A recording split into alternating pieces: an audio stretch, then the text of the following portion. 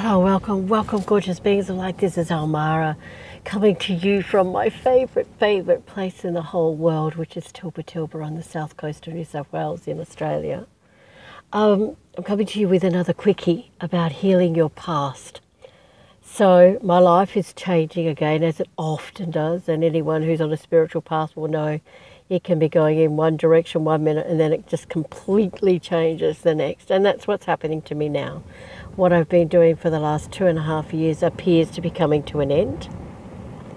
I've had my stuff stored here at a friend's house in Tilba, and I was recently asked to clear all that out and move forward. And my feeling is that I'm going in the opposite direction to the direction I've been going in, and I don't know what that is, and I don't know where I'm going, and I'm used to that. I just know that it's time to pack up and move on.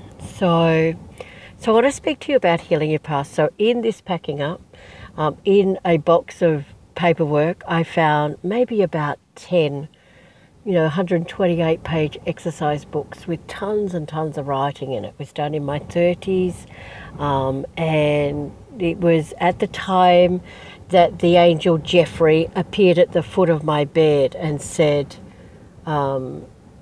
I'd had an extremely painful day remembering some abuse from my childhood, and he said to me, if you're stumbling around in the dark, just turn the light on. The Aussie girl in me always thinks he said, turn the bloody light on, but I can't imagine that an angel spoke to me like that, although they might have, since they have no judgment about words. It's only humans that do that. But anyway, he said to me, if you're stumbling around in the dark, just turn the light on, which is what I did. And wrote with him for 4 hours, and I was kind of looking for that writing, and I'm not sure that I've found it yet, but this is what's really important. So this is nearly 2 decades ago. It would be just over 2 decades ago, because I just turned 60 last Saturday, and last night I read it, and the writing is just so, even though it's quite gruesome in places, gosh, that wind is strong, isn't it? Even though it's quite gruesome in places, it's still very beautiful. And it was really magnificent to see how far I'd come. And last night I thought, you know what, I'm going to keep that. And I was going to throw them out, and I was going to keep it. And then maybe put it in a book for other people that are trying to heal from abuse in their childhood, which there was a lot in my childhood. And I was so clear last night that I would keep it because the writing was so beautiful. And yet when I woke up this morning, it was really clear to me not to keep it. Now I'm confused about whether I will or won't, but I have a feeling I'm going to be doing a book burning process tonight. And the reason for that is this. We all, like, as we grow and we become more, and part of that writing was saying that healing up to that point had been about digging up your past and dealing with it. Whereas my philosophy now, where I am now at 60, and after all of the work I've done, and in that writing it said, you will bring through a new way of healing, a new way of being.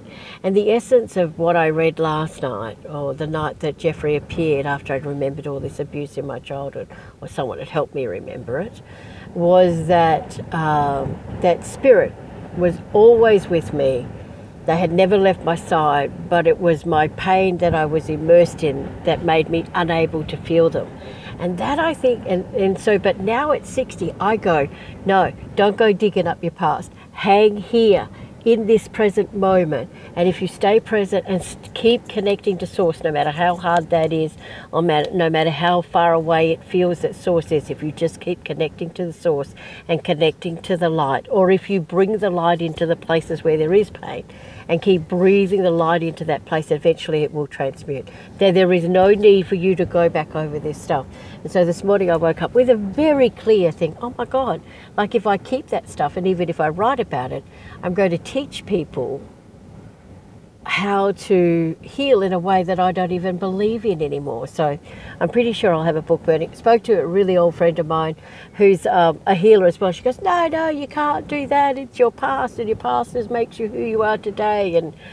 But I'm pretty clear, you know, I always do what everybody else thinks I shouldn't do, but I'm pretty clear that I'll be doing a book burning ceremony tonight and just getting rid of all that stuff. Why would I want to hang on to it? I feel free for the first, and I've been free for about the last 10, 15 years, but I feel really free and really connected to God's source and really connected to my pure essence. And what I want to teach you people is not to go digging around in your shit. I've been telling you that for the last 2 decades. Stop playing in your poop. After Jeffrey appeared at the end of the bed and said, if you're stumbling around in the dark, just turn the light on. And he was saying to me, stop.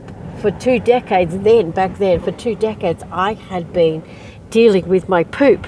I had been going through my poop and dissecting and trisecting it. And my healing journey started at 22 when I placed my hands on a woman's heart who was having a heart attack, didn't know she was having a heart attack, and stopped her dying of that massive heart attack. And then it just frightened me, and I went into all this healing stuff. And 2 decades later, I was more screwed up at the end of my 30s than what I was, you know, before, when I just, you know, naively placed my hand on this woman's heart to massage her chest to help relieve some of the pain that she was in. I didn't know she was having a bloody heart attack, and nor did I know that, you know, that I was stopping that heart attack by placing my hands on her heart, although I did feel like a truck was running over my right arm.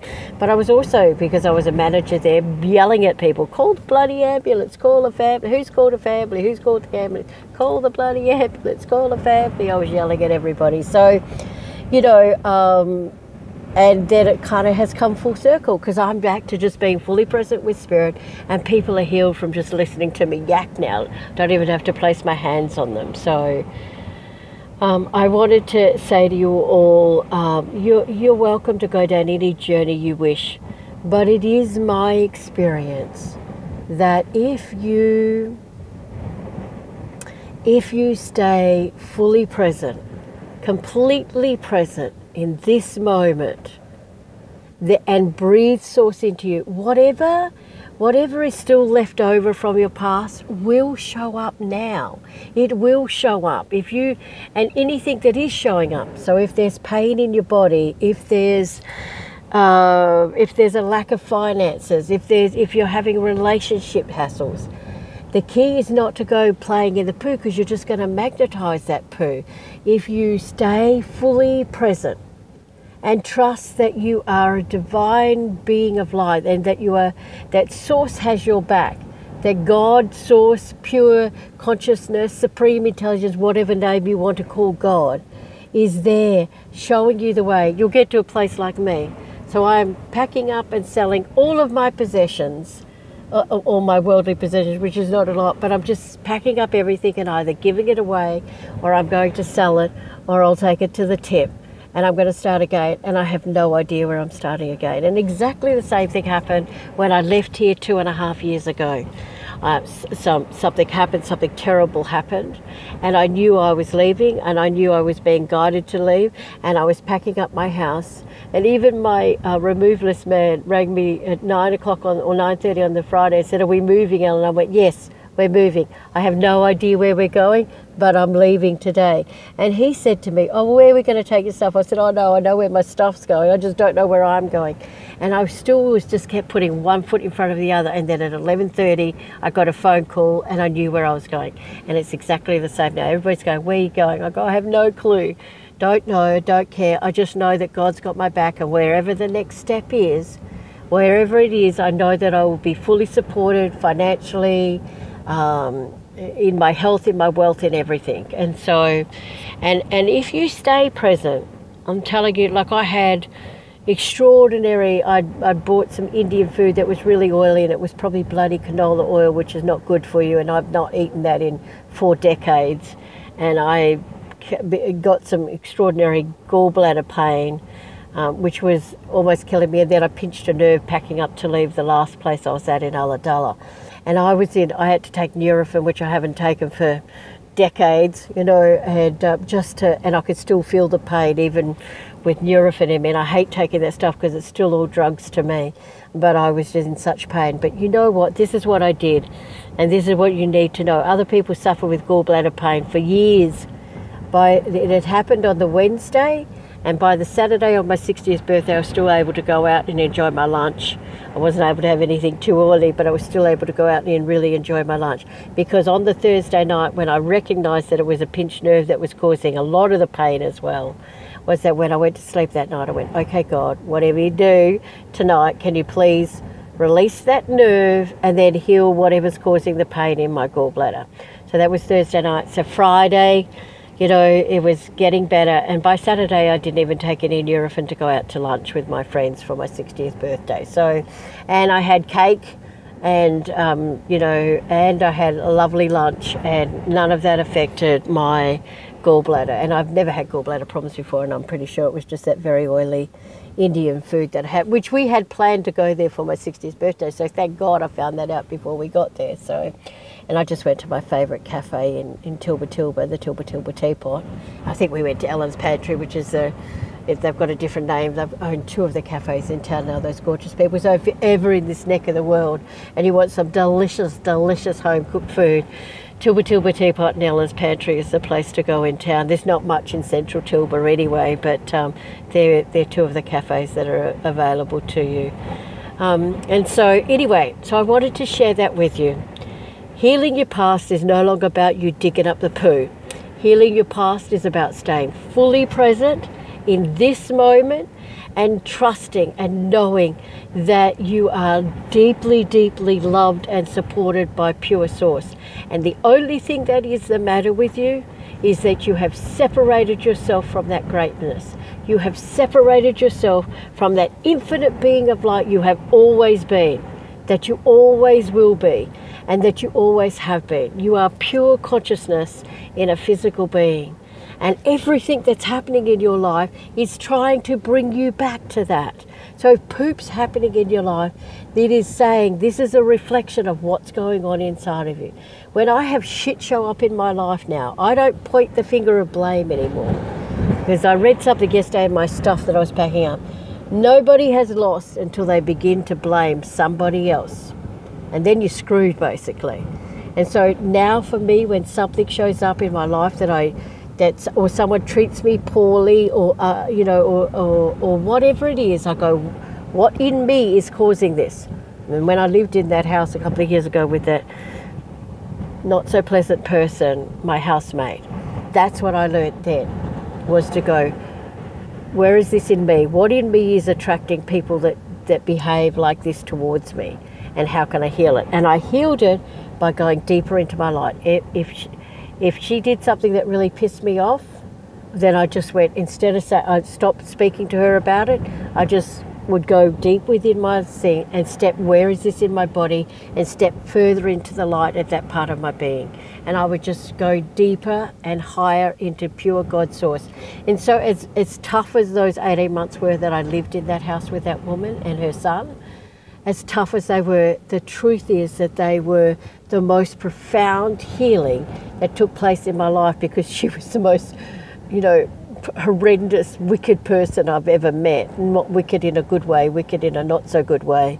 And everything she did, I was able to raise out of it. And nobody's really treated me like poop since then, because I cleared everything within me that was causing that. And that's why for me, I don't think it's relevant to take all of those writings. I'm going to write, but I'm going to write really beautiful stuff based on where I am now, fully connected to source. So yes, we will be writing some books to help you move through whatever you perceive to be your stuff, but it will come from a completely different place. And so that being said, I would like to just take a moment now. This is probably not turning into a quickie, it might be a bit more than that, but anyway, it's a quickie for me, because I can talk for hours. If you're one of my clients, you'll know that we don't have 1 hour appointments with me. We have 2 to 3 to 4 hour appointments, so that's why my appointments aren't cheap, because they can go for 4 hours. So, but anyway, take a deep breath in. Bring awareness deep inside your being. Acknowledge the sun above you, Mother Earth below you. Open your own divine heart. Just so you know, they say wind is to do with matters of the heart, and it's blowing a gale, which is really lovely. It's only just come up today. So was fog everywhere. You couldn't see 10 feet in front of you this morning at 6, 8 o'clock. And now the sun's out and it's beautiful and it's blowing a gale. How gorgeous. And then just bring your awareness into the center of your chest. And just ask for all of that love, light, joy, divine grace, bliss and abundance to wake up within you. All that unconditional love, that is your source light. That is the essence of who you are, that has always been with you. And just begin to breathe there. And as you feel it wake up in your heart, you can begin to imagine that it's spreading throughout your 100 trillion cells and your 100 trillion telomeres. Oh, look at how calm it just became. Isn't that amazing? Probably a great metaphor, because that's what happens when you reconnect back to the source of who you are. You become still. You become connected to the light of who you are. Who you really are, not all the stuff that people told you, not the stuff your mother, father, school, governments, whatever, society, churches, whatever told you, the essence of who you are. Breathe in. Breathe in love. Breathe out everything else that's not love, is a common thing that you see written. But breathe that love up from the depths of the core of your own being, your own essence, your own divine I am presence. And the more you connect to that, the more your life begins to flow, the more money comes to you, good relationships come to you. And anywhere where it's not that, that's where you're out of alignment in you. Not what the other person does to you. Don't blame anyone else. You have attracted something into your life in order for you to heal it within you. You can breathe that love into any pain you have in your body.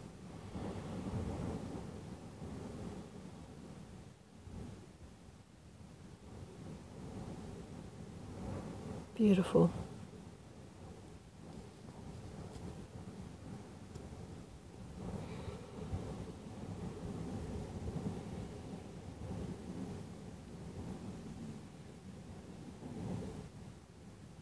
Beautiful.